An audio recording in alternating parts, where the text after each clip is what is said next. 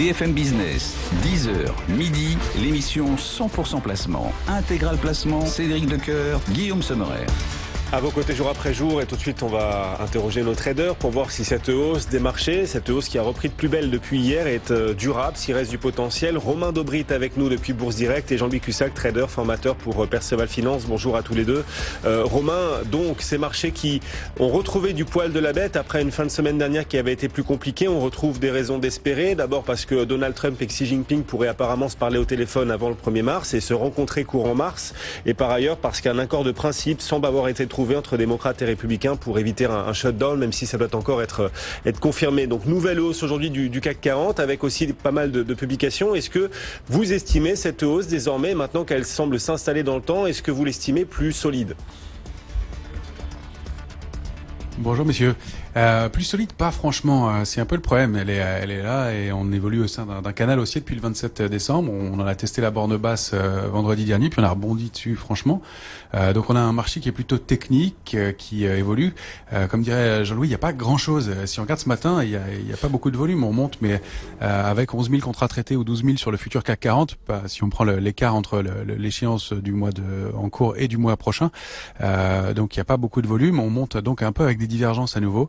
Un volume qui est assez faible, pas beaucoup de poids donc de ce côté-là, et un marché qui n'est pas étayé. Alors il y a beaucoup de couverture dans les portefeuilles, c'est probablement ce qui l'empêche de baisser, donc on est un peu dans un paradoxe, mais on voit qu'on a des niveaux techniques qui sont très bien respectés assez précisément. On a 5060 et demi comme sur le futur CAC 40 au-dessus.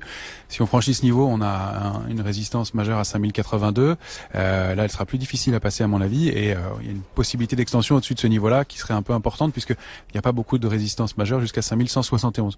Maintenant, on voit que les volumes sont quand même beaucoup plus lourds à la baisse. Quand on baisse, on accélère et les volumes sont quand même au moins un quart supérieurs dans les mouvements de baisse. Voilà, il y a un manque de flux, un manque de pression. On constate aussi, et ça c'est intéressant, que l'or continue à monter malgré la hausse d'aujourd'hui.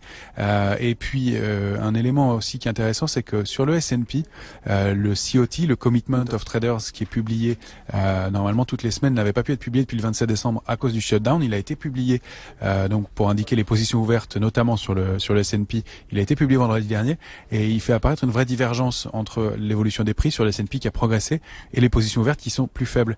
Donc voilà, pas beaucoup de soutien là-dedans, même aux États-Unis. Alors on est beaucoup plus fort aux États-Unis. Chez nous, on a une configuration qui est beaucoup plus fragile. Donc voilà, on peut se maintenir. Il y a des trading de news plutôt pour l'instant. On peut se maintenir. Voilà, pour moi, le niveau d'alerte, il est placé à 4915 en moyen. Sous 4870, on a de bonnes chances d'accélérer assez fortement. Mais voilà où se trouvent les niveaux de risque, qui sont relativement loin. Pour l'instant, on a plutôt l'air de s'installer dans un grand trading range, 4870, 5082, avec pas beaucoup de momentum, pas beaucoup d'énergie dans ce marché. Même si, alors, il y a ces publications qui rassurent certaines d'entre elles. Michelin qui progresse aujourd'hui de 10%, c'est quand même assez rare pour être souligné, 99,96 €. En revanche, Kering, malgré les ventes records, Kering aujourd'hui est sanctionné. Oui, cette barre toujours plus haute sur le segment du luxe, les attentes qui progressent. Kering aujourd'hui est en toute petite baisse contre la tendance. Mais Jean-Louis, vous partagez ce que nous disait à l'instant Romain Daubry, à savoir que les marchés ont beau progresser depuis des semaines et des semaines, ça ne rend pas cette tendance haussière plus solide.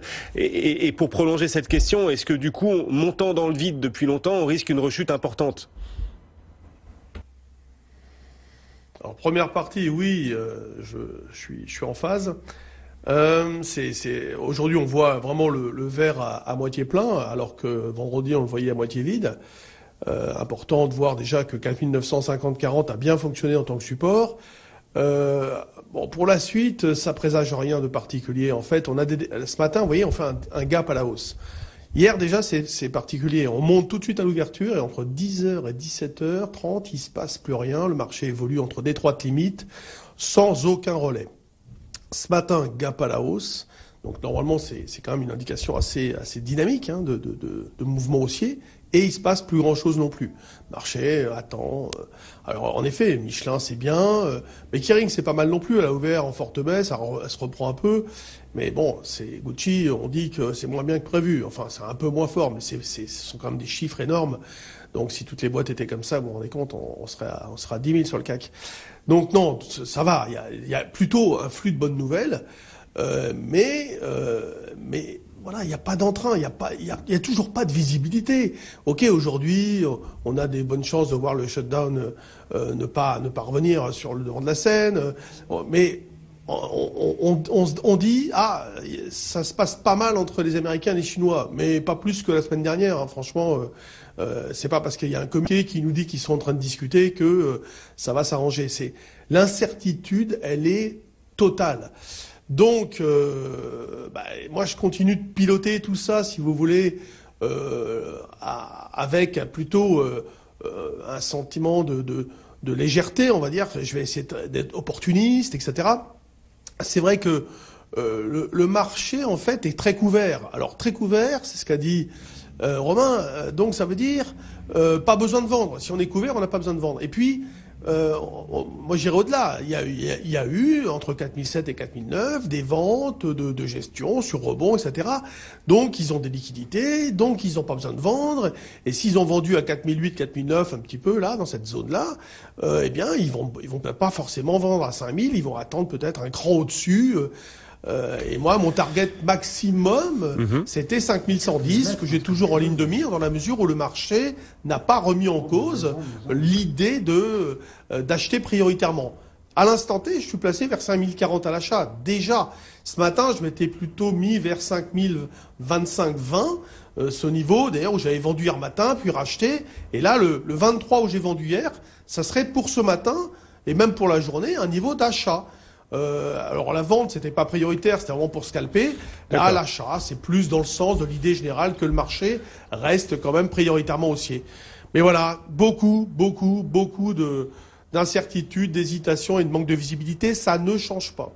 Merci à tous les deux, et ça ne change pas malgré ces hausses qui se poursuivent, qui s'enchaînent. Jean-Louis Cussac, Perceval Finance, Romain Daubry nous accompagnait pour Bourse Direct. Le CAC 40, Cédric gagne donc 0,8%. On est dans le reste de la